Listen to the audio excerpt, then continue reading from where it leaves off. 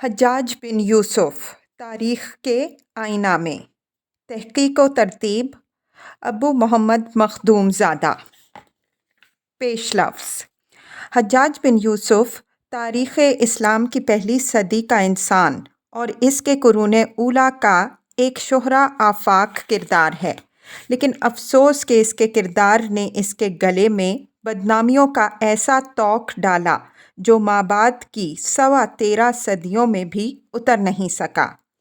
چنانچہ جب تک دنیا میں ظالم اور مظلوم پیدا ہوتے رہیں گے، حجاج بن یوسف کا نام زندہ رہے گا، مگر اس کا شمار تاریخ کی گواہیوں کی بنا پر ہمیشہ ظالموں کی صف میں ہی ہوگا۔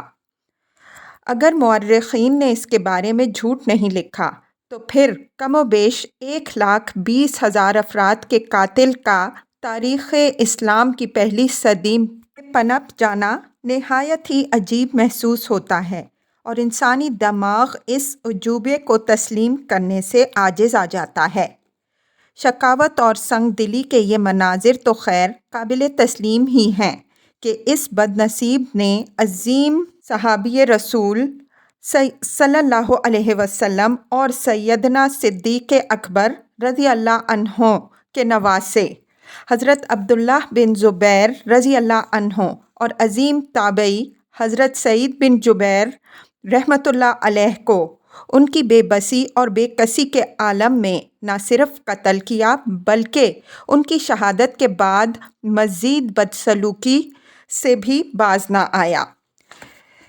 اس سے چند ہی سال قبل نواسۂ رسول سیدنا حسین بن علی المرتضیٰ رضی اللہ عنہما و صلی اللہ علیہ وسلم کو ان کے دیگر 71 ساتھیوں سمیت شہید کر دیے جانے کا المناک سانحہ پیش آ چکا تھا، مگر یہ بات آسانی سے تسلیم نہیں کی جا سکتی کہ 1,20,000 سے زائد افراد حجاج بن یوسف کی خون آشام تلوار کی بھینٹ چڑھ گئے۔ آخر وہ انسان تھے، کوئی بھیڑ بکریوں کا ریوڑ نہیں تھا، لیکن بہرحال تاریخ اس پر مصر ہے کہ ایسا ہو چکا ہے۔ کیا تاریخ اپنے اس دعوے کا کوئی بیان ثبوت پیش کرتی ہے؟ جی نہیں۔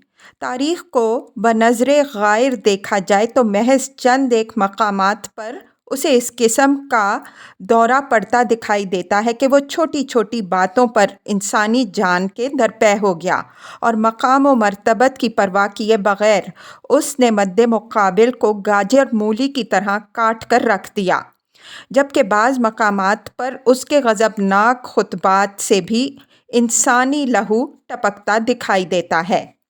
تاہم تاریخ اپنے اس دعوے پر کوئی واضح دلیل نہیں پیش کر سکتی، نہ ہی مقتولین کے صحیح اعداد و شمار تاریخ میں محفوظ پائے جاتے ہیں۔ البتہ اس بد نصیب کا ایک جرم ایسا ہے کہ اس کی بنا پر دنیا بھر کے مقتولین کا قتل اس کے کندھوں پر ڈالا جا سکتا ہے، اور وہ جرم ہے اس کی خاندانی نسبت، یعنی اس کا بنو امیہ سے ہونا، جبکہ بنو عباس کے دور میں خاندانی عصبیتوں اور کافرتوں کی بنا پر مرتب کرائی جانے والی تاریخ اسلام اس جرم کی سزا دیگر مختلف شخصیات کو بھی حصہ بقدر جثہ دان کر چکی ہے۔ اہل علم اس المیہ سے بے خبر نہیں ہیں۔ حجاج بن یوسف کا ستارہ عبد الملک بن مروان کے دور میں چمکا اور سلیمان کے دور میں اس کی موت کے ساتھ ہی غروب ہو گیا۔ اس کا سارا کیریئر 3 بادشاہوں کی ماتحتی میں گزرا۔ مکہ مکرمہ، مدینہ منورہ، عراق اور دیگر مختلف صوبوں کی گورنریاں اسے ملتی رہیں۔ وہ نہایت سخت گیر مگر بہترین منتظم ثابت ہوا۔ اس نے کئی بغاوتیں کچلیں اور کئی شہسوار اس کے قدموں میں خاک و خون میں تڑپتے دکھائی دیے۔ حضرت عبداللہ بن زبیر رضی اللہ عنہ کے خلاف معرکہ آرائی اور بیت اللہ پر سنگ باری میں اس کا کردار واقعتاً ایک بے دید اور بے داد ظالم و جابر اور فاسق کا کردار دکھائی دیتا ہے، جو اللہ کے گھر کی عظمت و حرمت کو پامال کرنے سے بھی نہیں چوکا۔ جبکہ وہ ابرہہ نامی بادشاہ کی داستان سن چکا اور قرآن کریم سے اس داستان کی تائید بھی حاصل کر چکا ہے۔ پھر سعید بن جبیر رحمۃ اللہ علیہ کے قتل ناحق کے واقعات میں اس کی درندگی اور صفاکی عروج پر دکھائی دیتی ہے۔ دیگر کئی معزز و محترم شخصیات بھی اس کے دربار میں مظلومیت کی تصویر معلوم ہوتی ہیں۔ دوسری طرف ایک ایسا کارنامہ بھی اس کی وجہ سے ظہور پذیر ہوتا ہے جس کی بنا پر صرف آج تک کی نہیں بلکہ قرب قیامت تک دنیائے اسلام اس کی ممنون احسان ہے اور رہے گی، اور وہ ہے اللہ کی کتاب مقدس پر نکتے اور اعراب کشی۔ یہ کیسا عجیب موڑ ہے اس کی زندگی کا اور قدرت کی اس پر مہربانی کا۔ قارئین اندازہ کریں کہ آج اگر قرآن بغیر نقطوں اور اعراب کے ہوتا تو عرب و عجم میں آج جس تعداد میں حاملین و طالبان قرآن کو سینے سے لگائے پھرتے دکھائی دیتے ہیں، اس قدر اس دولت و نعمت عظمیٰ کی فراوانی ممکن تھی؟ یقیناً آپ کا جواب نفی میں ہوگا۔ اللہ ہر چیز پر قادر ہے اور اس کے کام نہایت ہی نرالے ہیں۔ یقیناً یہ اتنا بڑا کام ہے کہ قیامت کے روز اس کی سرخ روئی کا باعث بن سکتا ہے، اور جب اللہ اپنی کرم نوازی فرمائے تو حجاج کے کشتگان تیغ جفا قیامت کے روز اٹھ کر بھی یہ کہہ سکتے ہیں کہ اے قادر مطلق، دنیا میں اس شخص نے ہمیں ناحق بے آبرو کیا اور خاک و خون میں تڑپایا، لیکن اس کے اسی ناروا سلوک نے ہمیں شہداء کی صف میں کھڑا کر کے تیری طرف سے اعزازات، بے بہا انعامات کا مستحق بنا دیا۔ اے ہمارے رب، اپنے اس ظالم و فاسق بندے پر اپنا قہر و غضب نازل فرمانے کی بجائے اسے اپنے عفو و کرم کی چادر میں لپیٹ دے۔ تب یہ عین ممکن ہے کہ حجاج قیامت میں بھی سر بلند ہو جائے، کسی کو اعتراض کی کیا مجال۔ حجاج کے مظالم اپنی جگہ، لیکن اس کے محاسن بھی قابل تعریف ہیں، اور ان محاسن میں خوارج کی سرکوبی اور سندھ پر محمد بن قاسم کے ذریعے فوج کشی اور فتوحات کے کارنامے بھی شامل ہیں۔ تاہم حجاج کا ہمارے عقیدے یا عقیدت کے دائرے میں آنا ضروری نہیں ہے، اور نہ ہی ہم قارئین پر اپنی رائے مسلط کرنا چاہتے ہیں۔ زیر نظر کتاب میں ہم نے کوشش کی ہے کہ تاریخ کے معتبر حوالوں سے حجاج کا چہرہ قارئین کے سامنے پیش کر دیا جائے۔ تاریخ کا جھوٹ سچ ہمیں اپنے سر پر لینے کی ضرورت نہیں، اور یہ مناسب بھی نہیں۔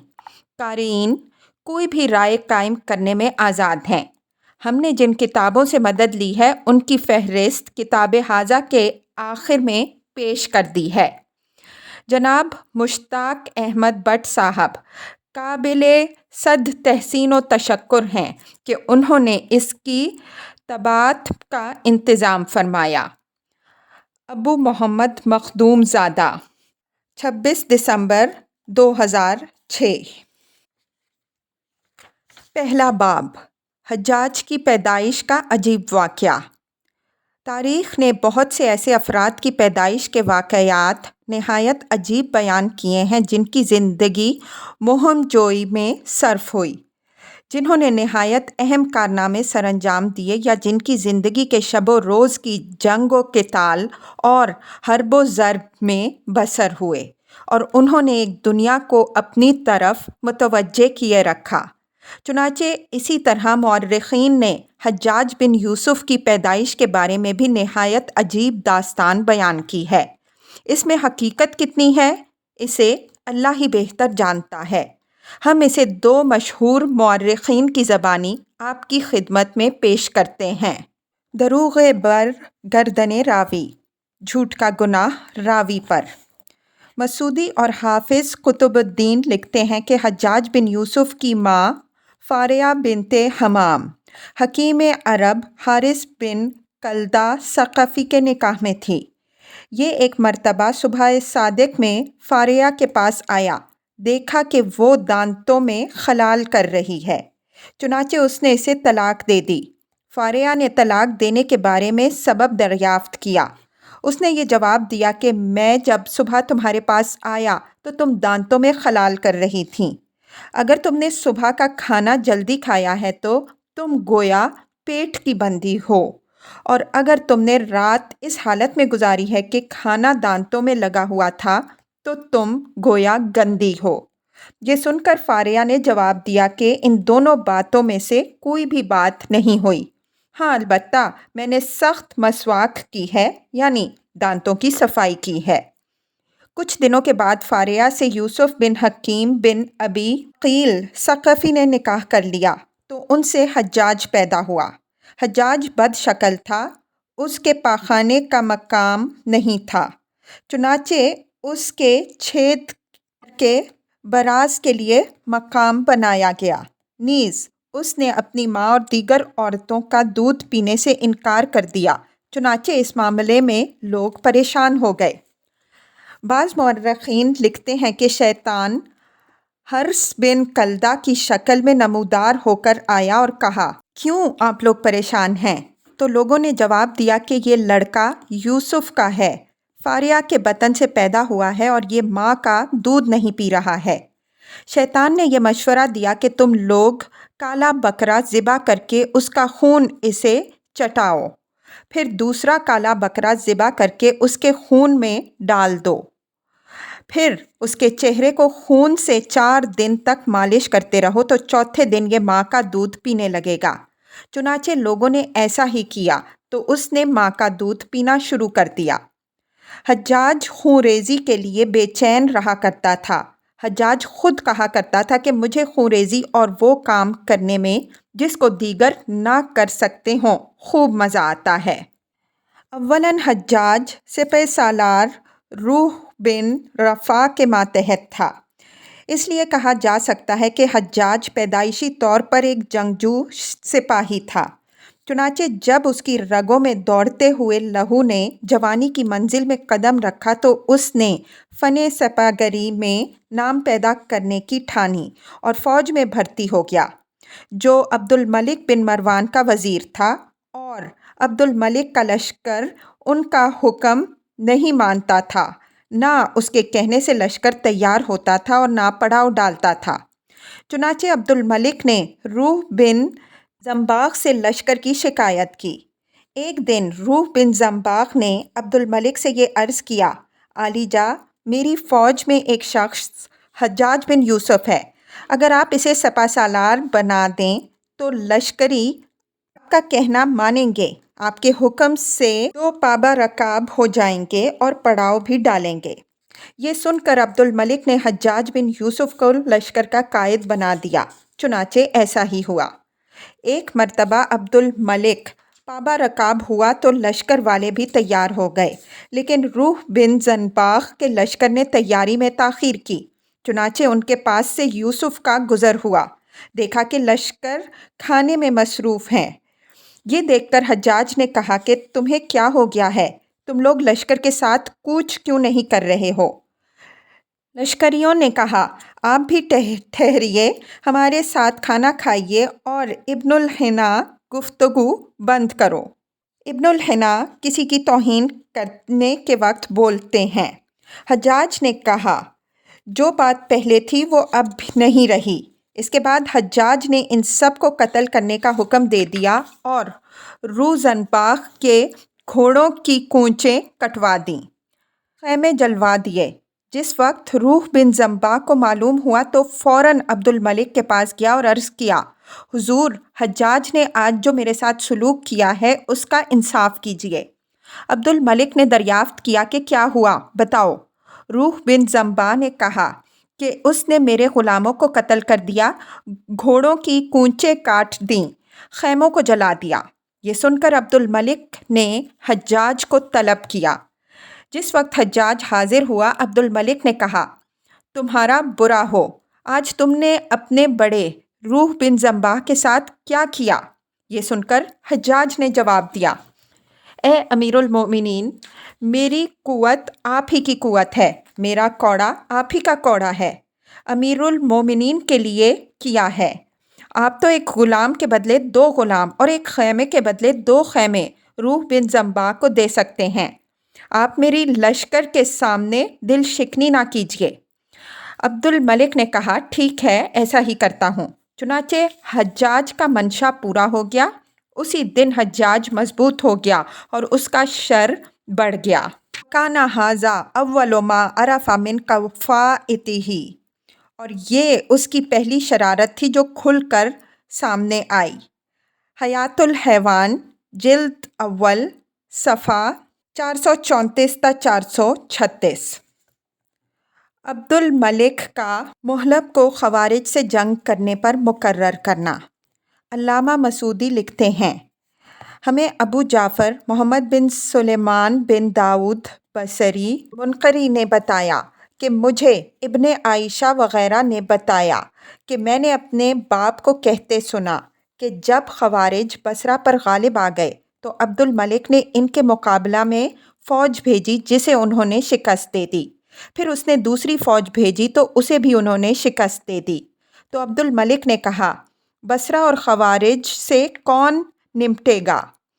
اسے بتایا گیا کہ محلب بن ابی صفرہ کے سوا اور کوئی یہ کام سر انجام نہیں دے سکتا۔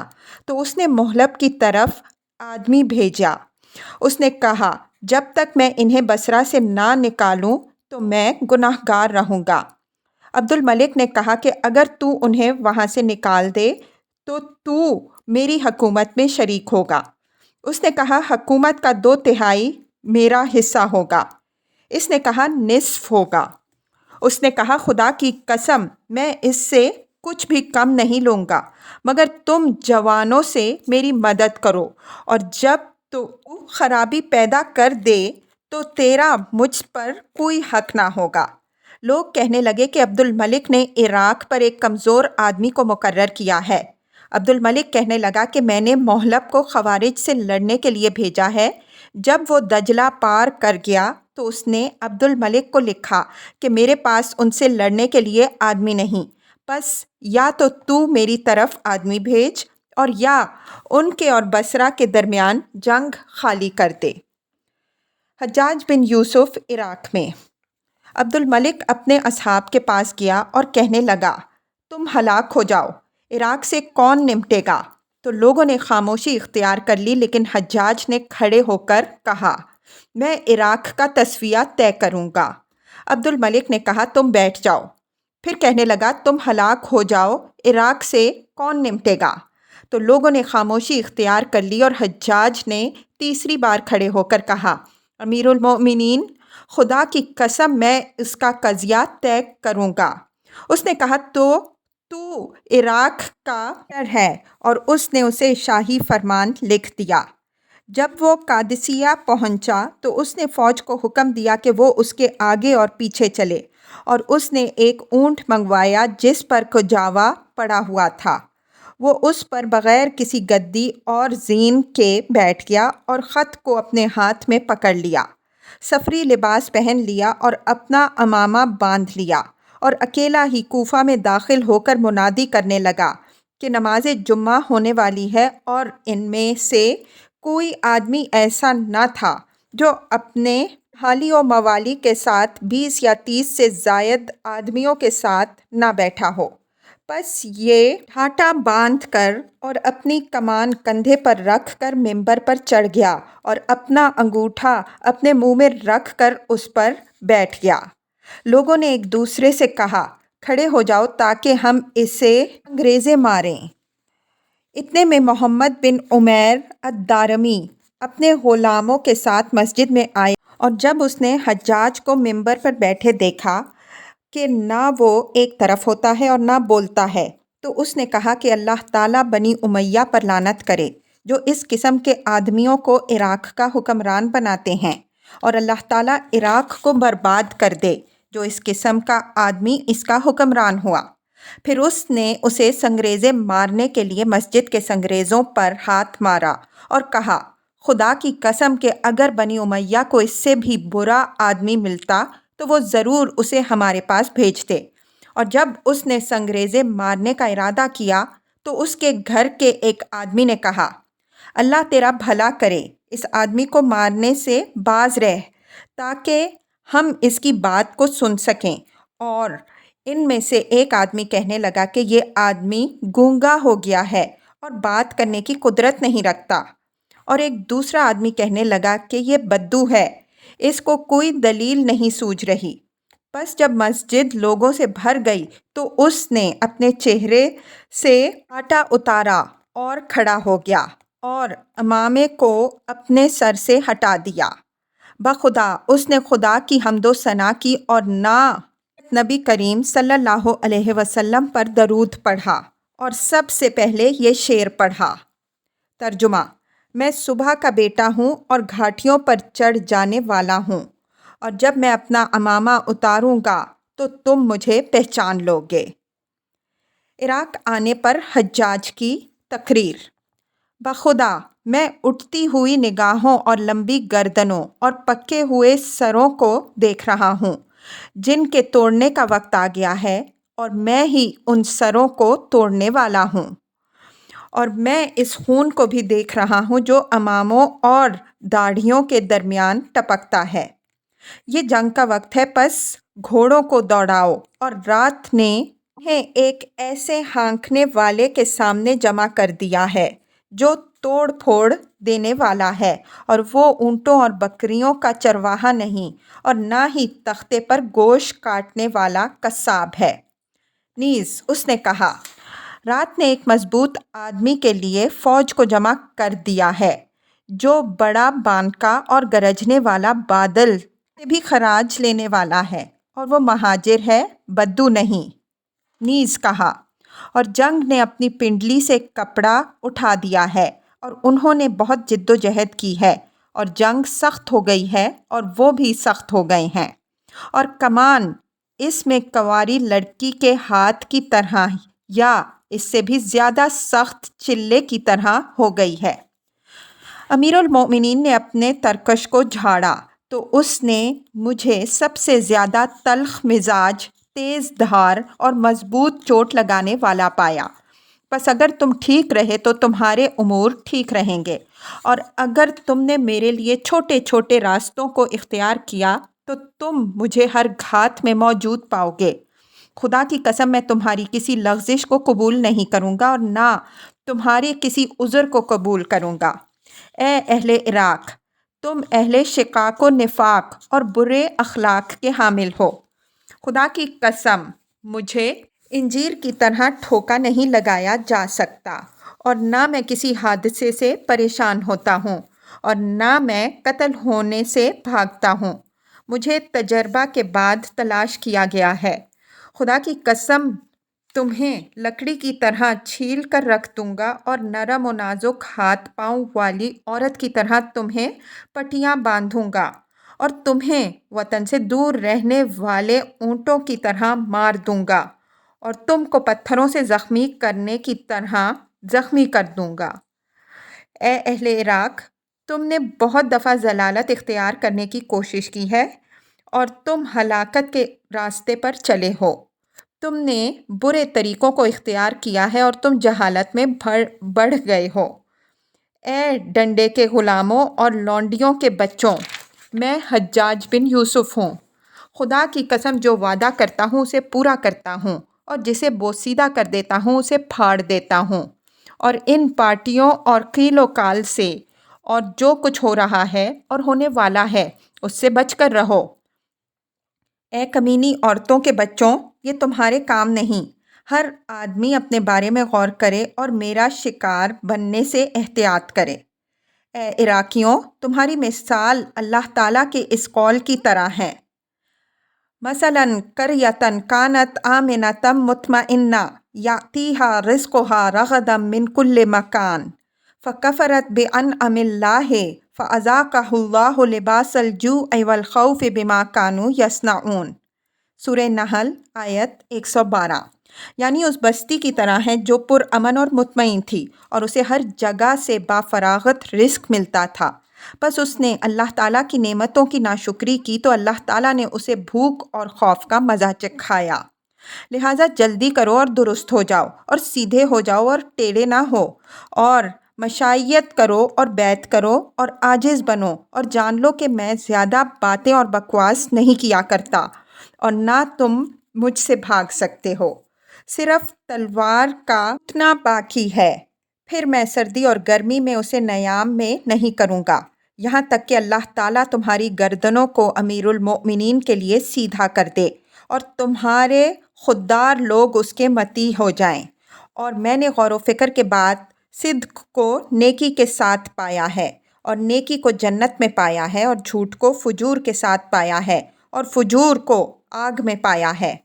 آگاہ رہو کہ امیر المؤمنین نے مجھے تمہیں عطیات دینے اور تمہیں تمہارے دشمن کے ساتھ لڑنے کے لیے مہلت کے ساتھ بھجوانے کا حکم دیا ہے، اور میں نے تمہیں اس بات کا حکم دے دیا ہے اور تمہیں 3 دن کی مہلت دے دی ہے، اور میں نے اللہ تعالیٰ کو عہد دیا ہے اور وہ مجھ سے اس کا مواخذہ کرے گا اور وہ مجھ سے اس عہد کو پورا لے گا۔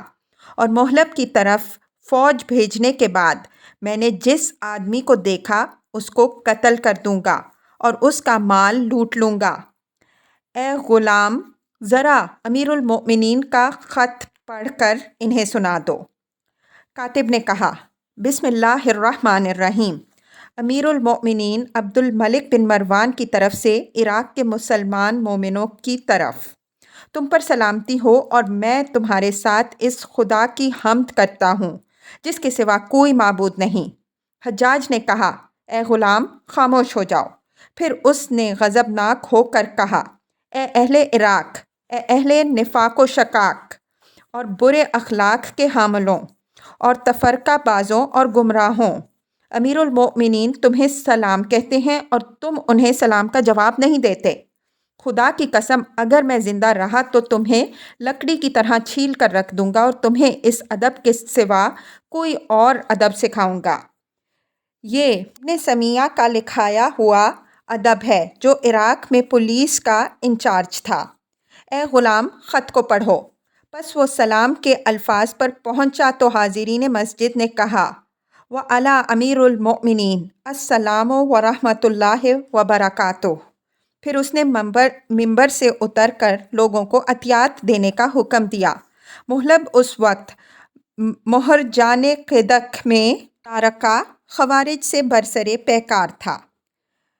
جب تیسرا دن ہوا تو حجاج بنفس نفیس لوگوں کو بھیجنے کے لیے بیٹھا تو اس کے پاس سے عمیر بن ضابی تمیمی برجمی گزرا، اور پھر بنی مدیادیہ کا ایک آدمی گزرا جو کوفہ کے اشراف میں سے تھا اور وہ بھی مہلب کی فوج میں تھا۔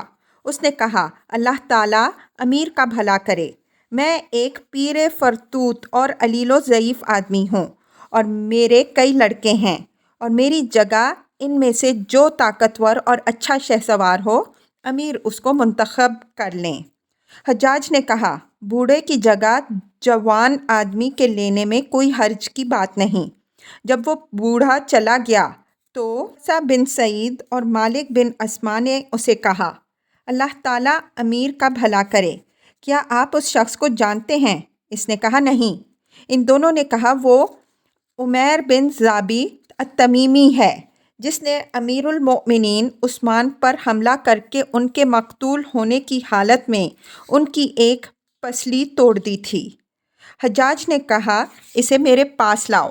اسے لایا گیا تو حجاج نے اسے کہا، اے بوڑھے، تو ہی امیر المؤمنین کے قتل کے بعد ان پر حملہ کر کے ان کی پسلی توڑنے والا ہے؟ اس نے جواب دیا، عثمان نے میرے بوڑھے باپ کو قید کر دیا تھا اور وہ قید ہی میں مر گیا تھا۔ حجاج نے کہا، اچھا تو امیر المؤمنین عثمان رضی اللہ عنہ کے ساتھ از خود جنگ کرتا ہے اور ازارقہ کے ساتھ جنگ کرنے کے لیے دوسرے آدمی بھیجتا ہے، کیا یہ تیرے باپ ہی کا شعر نہیں؟ ترجمہ، میں نے ارادہ کیا اور کچھ نہ کر سکا، اور کاش کہ میں کچھ کرتا اور اس کی بیوی کو رلا دیتا۔ اے شیخ، خدا کی قسم تیرے قتل ہو جانے میں دونوں شہروں کی بھلائی ہے۔ پھر وہ نظر اٹھا کر سیدھا اس کی طرف آیا، کبھی وہ اپنی داڑھی کو کاٹتا اور کبھی چھوڑ دیتا۔ پھر اس نے اس کے پاس آ کر کہا، اے عمیر، تو نے ممبر پر میری تقریر سنی تھی؟ اس نے جواب دیا، ہاں۔ حجاج نے کہا، خدا کی قسم یہ بہت بری بات ہے کہ میرے جیسا آدمی جھوٹ بولے۔ اے غلام، اسے جا کر قتل کر دو۔ تو اس نے اسے قتل کر دیا، اور جب وہ قتل ہو گیا تو لوگ ہر مشکل اور آسان راستے پر چل پڑے اور مہلب کی تلاش میں جدھر منہ آیا ادھر نکل گئے، اور پل پر اس قدر ازدحام ہو گیا کہ بعض لوگ دریائے فرات میں گر پڑے تو پل کے انچارج نے آ کر حجاج کو کہا، اللہ تعالیٰ امیر کا بھلا کرے، بعض لوگ دریائے فرات میں گر پڑے ہیں۔ اس نے کہا، تیرا برا ہو، یہ کیسے ہوا؟ اس نے جواب دیا، اس فوج کے لوگوں کا پل پر اس قدر ازدحام ہو گیا تھا کہ پل تنگ ہو گیا۔ اس نے کہا، جا کر ان کے لیے 2 اور پل تیار کرو۔ عبداللہ بن زبیر اسدی خوف زدہ ہو کر بھاگ گیا۔ جب وہ جامین کے قریب تھا تو اسے اپنی قوم کا ایک آدمی ابراہیم نامی ملا۔ اس نے پوچھا، کیا حال ہے؟ ابن زبیر نے کہا، شر ہی شر ہے، اور مہلب کی فوج سے عمیر قتل ہو چکا ہے۔ اور کہنے لگا، ترجمہ، میں جب ابراہیم سے ملا تو میں نے اسے کہا کہ اب معاملہ بہت خطرناک اور مشکل ہو گیا ہے، تو تیاری کر لے، یا تو زابی کے بیٹے عمیر سے ملاقات کرے گا یا مہلب سے۔ یہ 2 باتیں ہیں جن سے تیری نجات اسی طرح ہو سکتی ہے کہ تو عقاب کے 1 سالہ قبرے بچے پر سوار ہو جائے۔ اور اس نے ایسا ہی کیا، اگرچہ خراساں اس کے نزدیک تھا، مگر اس نے اسے بازار کی جگہ یا اس سے بھی زیادہ قریب جگہ پر دیکھ لیا، اور اگر تو نے ایسا نہ کیا تو حجاج اپنی تلوار کو عمر بھر نیام میں نہیں کرے گا، یہاں تک کہ بچے کو بوڑھا کر دے گا۔ لوگ بھاگتے ہوئے فوج کے اسلحہ وغیرہ کی طرف گئے، اور انہوں نے اپنے اپنے گھر والوں کو پیغام بھیجا کہ ہماری جگہ پر ہی ہمیں توشہ بھیج دو، اور حجاج نے پل کے انچارج سے کہا، پل کو کھول دو اور کسی کے جانے میں حائل نہ ہو، اور اس نے مہلب کو ایک نشانی بھیجی۔ ابھی 10واں دن نہیں ہوا تھا کہ لوگ مہلب کے پاس جمع ہو گئے، تو اس نے پوچھا، عراق پر کس کو عامل مقرر کیا گیا ہے؟ خدا کی قسم یہ کوئی مرد ہے، اور اب بخدا دشمن کے لیے ہلاکت ہوگی انشاءاللہ۔ ابن الاشعث کا خروج۔ حجاج نے عبد الرحمن بن محمد بن اشعث کو قسطان، بست اور رخج کا عامل مقرر کیا۔ وہ وہاں سے ترکی اقوام کے ساتھ نبرد آزما ہوا۔ وہ لوگ ترکوں کی انواع ہی تھے جنہیں غوث اور خلج کہا جاتا تھا، اور اس نے ان کے ملحقہ مملکات کے پیل وغیرہ جیسے ہندوستانی بادشاہوں سے بھی جنگ کی۔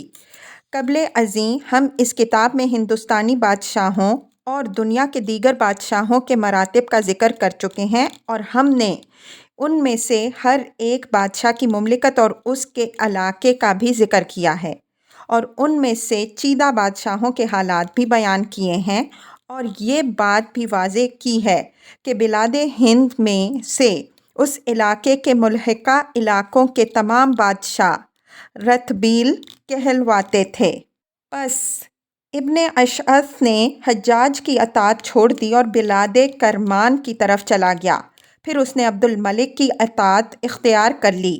حجاج بصرہ کی طرف چل پڑا اور ابن اشعث حجاج کی طرف چل پڑا، اور اس نے عظیم جنگیں لڑیں۔ اور عبد الرحمن بن اشعث کے متعلق ایک شاعر کہتا ہے، ترجمہ، اس نے بادشاہوں کی اطاعت کا جوا اتار پھینکا، اور اس کے جھنڈے تلے میدانوں کے لوگ اور اقوام کے شریف سرداروں نے مارچ کیا۔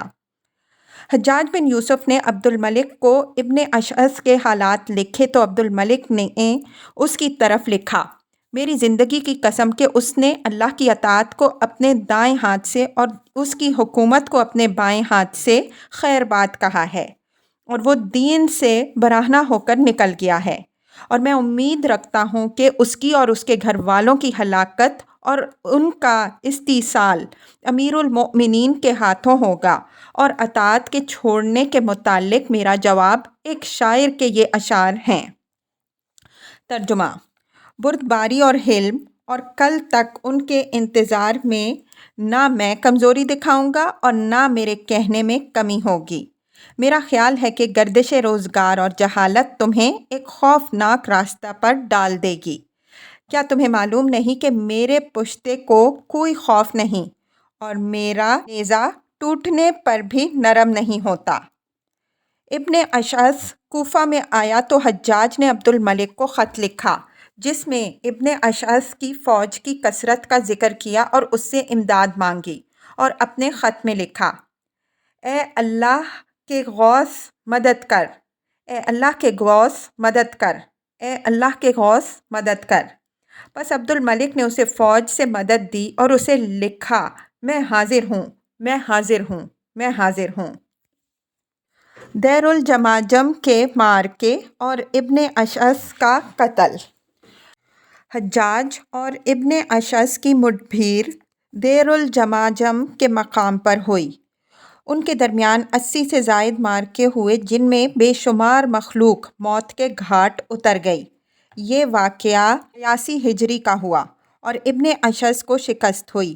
وہ بھاگ کر ہندوستانی بادشاہوں کے پاس پہنچ گیا اور حجاج مسلسل اس کے قتل کی تدبیریں کرتا رہا، یہاں تک کہ وہ قتل ہو گیا اور اس کا سر لایا گیا تو حجاج نے کوفہ کے منبر پر چڑھ کر اللہ تعالیٰ کی حمد و ثنا کی، رسول کریم صلی اللہ علیہ وسلم پر درود پڑھا، پھر کہنے لگا کہ اے عراقیوں، شیطان تمہارے اندر داخل ہو گیا ہے اور تمہارے گوشت، ہڈیوں اور اطراف و اعضاء میں رچ بس گیا ہے، اور تمہارے خون کی رگوں میں دوڑتا پھرتا ہے اور پسلیوں اور گودے تک پہنچ گیا ہے، اور اس نے تم میں اختلاف، شقاق اور نفاق بھر دیا ہے۔ پھر اس نے وہاں آلتی پالتی مار کر گھونسلہ بنا لیا ہے، اور اب اس میں انڈے بچے دیے ہیں، اور تم نے اسے اپنا رہنما بنا لیا ہے اور تم اس کی پیروی کرتے ہو، اور تم نے اسے اپنا لیڈر بنا لیا ہے اور تم اس کی اطاعت کرتے ہو، نیز تم نے اسے اپنا مشیر بنا لیا ہے اور تم اس سے مشورہ طلب کرتے ہو۔ کیا تم میرے آہواز کے ساتھی نہیں جب تم نے مجھ سے خیانت کرنے کی کوشش کی اور تم نے میرے خلاف لوگوں کو اکٹھا کر لیا اور خیال کر لیا کہ اللہ تعالیٰ اپنے دین اور خلافت کو چھوڑ دے گا؟ اور میں خدا کی قسم کھا کر کہتا ہوں کہ میں نے تمہیں اپنی آنکھوں سے دیکھا کہ تم شکست کھا کر اور چھپ چھپا کر کھسکتے پھرتے تھے اور دوڑتے ہوئے منتشر ہو رہے تھے، اور تم میں سے ہر آدمی نے بزدلی اور خوف کے مارے اپنی گردن پر تلوار رکھی ہوئی تھی۔ پھر یوم الزاویہ کو، اور یوم الزاویہ کیا ہے؟ وہاں پر تم نے بزدلی دکھائی اور لڑکھڑا گئے، اور خدا تعالیٰ نے تم سے بیزاری کا اظہار کیا۔ تم اپنے کندھوں پر تلواریں رکھے بھاگے جا رہے تھے، اور تمہارا دوست تم سے ایڑیوں کے بل گر گیا تھا جب تم بدکے ہوئے اونٹوں کی طرح اپنے وطنوں کو بھاگے، اور آدمی نہ اپنے بیٹوں کے متعلق پوچھتا تھا اور نہ اپنے بھائی کی طرف متوجہ ہوتا تھا، یہاں تک کہ ہتھیاروں نے تمہیں کاٹ کر رکھ دیا اور نیزوں نے تمہیں توڑ پھوڑ دیا۔ اور دیر الجماجم کے روز وہاں پر بڑی جنگیں اور عظیم معرکے ہوئے۔ وہاں پر ایسی تلوار چلی جو کھوپڑی کو اس کی جگہ سے اڑا دیتی تھی اور دوست کو دوست سے غافل کر دیتی تھی۔ اے عراقیوں، میں تم سے کس چیز کی امید رکھوں یا کس بات کی توقع رکھوں، اور میں تم پر کس وجہ سے رحم کھاؤں اور تمہیں کس چیز کے لیے سنبھال کر رکھوں؟ کیا عداوتوں کے بعد جھوٹی باتیں بنانے یا چھلانگیں لگانے کے بعد چھلانگ لگانے کے لیے سنبھال رکھوں؟ میں تمہاری کس بات کو دیکھوں اور تمہاری کس چیز کا انتظار کروں؟ اگر تمہیں تمہاری سرحدوں پر بھیجا جائے تو تم بزدلی دکھاتے ہو، اور اگر تم امن میں ہو یا خوف میں تو منافقت کرتے ہو۔ نہ تم کسی نیکی کی جزا دیتے ہو اور نہ کسی نعمت کا شکر ادا کرتے ہو۔ اے عراقیوں، جب کسی بھونکنے والے نے تمہیں بھونکنے کو کہا، یا کوئی گمراہ تم پر ناراض ہوا ہے، یا کسی عہد شکن نے تمہیں چلنے کو کہا ہے، اور یا کسی سرکش نے تم سے مدد طلب کی ہے تو تم نے اس کی تابعداری کی ہے اور اس کی بیعت کی ہے اور اس کو پناہ دی ہے اور اسے کفایت کی ہے۔ اے عراقیوں، تم ہر فتنہ پرور کوے کی طرح کائیں کائیں کرنے والے اور جھوٹے آدمی کے پیروکار اور انصار ہوتے ہو۔ اے عراقیوں، تمہیں تجربات نے فائدہ نہیں دیا اور نہ واعظ و نصیحت تمہیں بچا سکتا ہے اور نہ جنگوں سے تم نے کوئی عبرت حاصل کی ہے۔ تمہارے سینوں میں وہی بات پڑے گی جس میں اللہ تعالیٰ تمہیں کاموں کے آغاز و انجام کے وقت الجھا دے گا۔ اے شامیوں، میں تمہارے لیے اس شتر مرغ کی طرح ہوں جو اپنے بچوں کی حفاظت کرتا ہے اور ان سے گندگی کو دور کرتا ہے اور انہیں بارش سے پناہ دیتا ہے اور انہیں بھیڑیوں اور دیگر جانوروں سے بچاتا ہے۔ اس کی موجودگی میں نہ ان کی طرف گند آ سکتا ہے اور نہ ہلاکت اور نہ انہیں تکلیف ہو سکتی ہے۔ اے شامیوں، تم تعداد اور تیاری والے ہو اور جنگ میں ڈھال ہو۔ اگر ہم جنگ کریں تو تم بھی جنگ کرتے ہو اور اگر ہم جنگ سے پہلو تہی کریں تو تم بھی کرتے ہو۔ تمہاری اور عراقیوں کی مثال ایسے ہی ہے جیسے نابغہ بن چودہ نے کہا ہے۔ ترجمہ: اور اگر ان کا حصہ انہیں آواز دے تو وہ انہیں نہیں ملتا اور نہ ہماری تکذیب ہوتی ہے۔ جیسے یہود کا قول ہے کہ ہم نے سچ کو قتل کر دیا ہے، حالانکہ نہ انہوں نے اسے قتل کیا اور نہ وہ صلیب دیا گیا ہے۔